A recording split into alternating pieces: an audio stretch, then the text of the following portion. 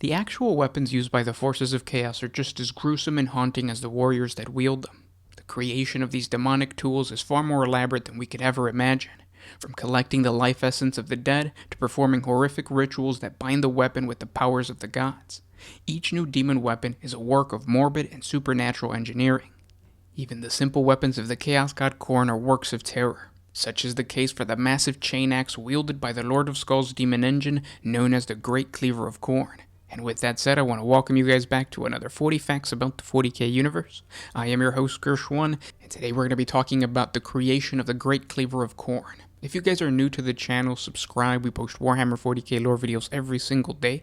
If you guys have suggestions or questions about any other weapon in the 40K universe or any specific topic, just ask me down in the comment section below and I'll try to create a video for you guys. And if you enjoy our content, hit the like button, share with your friends, and we have a Patreon. The link is in the description. It's just $1 a month.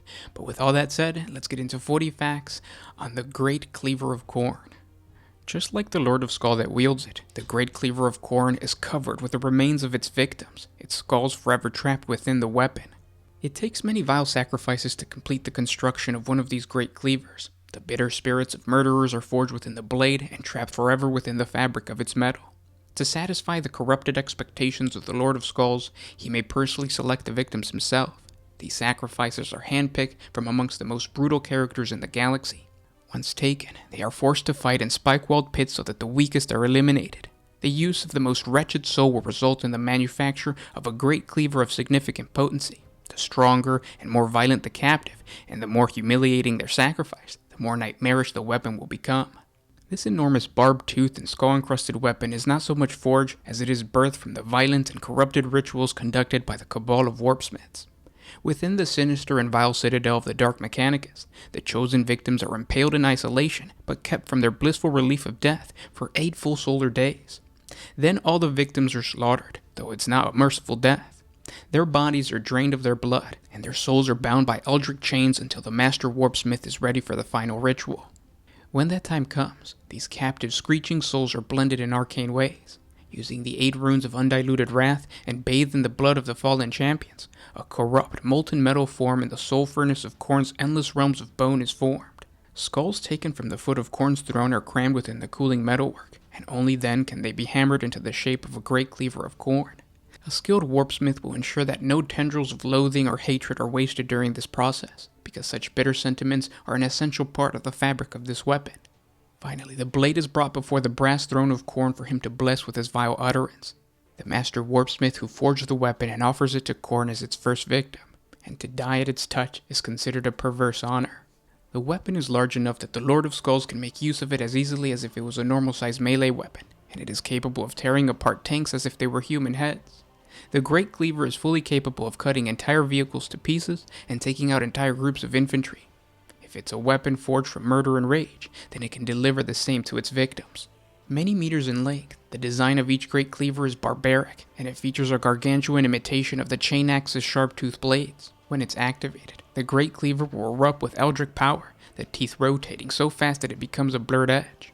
Immensely large and heavy, no mere mortal can hope to lift the Great Cleaver, let alone take one to battle. Only a coronet Lord of Skulls is worthy enough and powerful enough to use it in combat. Once this enormous demon engine has spent its cannon and can no longer resist its sick desire to watch thick gouts of blood fill the air, the Lord of Skulls will rumble up close to its foe and begin using this weapon to devastating effect.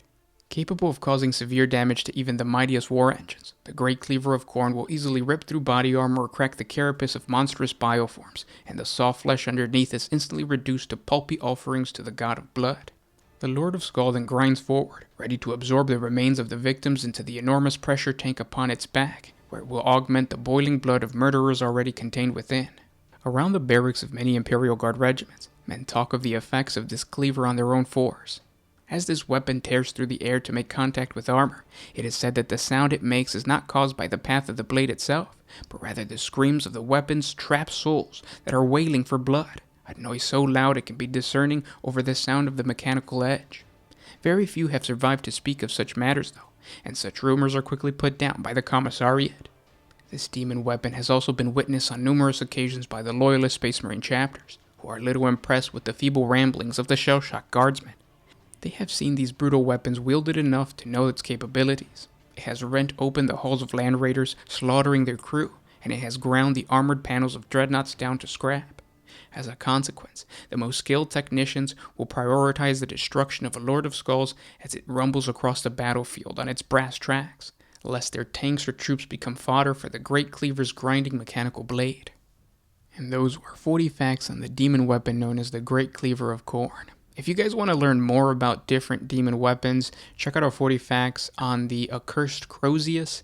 That's a pretty good one, and it's short too, so if you have some time, just check it out. I'll put a link up above. If you guys have suggestions for any other topics, let me know what it is in the comment section, and I will try to create a video for you guys. I am going to create a standalone Lord of Skull Demon Engine video, if it's not already up. I can't really remember, but I'll probably create that soon. I just wanted to talk about the Cleaver of Khorne all by itself, just because it's so badass, especially the creation and the formation of it. It just screams the god of blood and carnage and all that kind of stuff. So I hope you guys enjoyed. I'll talk to you tomorrow. This was Gershwin with One Mind Syndicate signing out. Oh,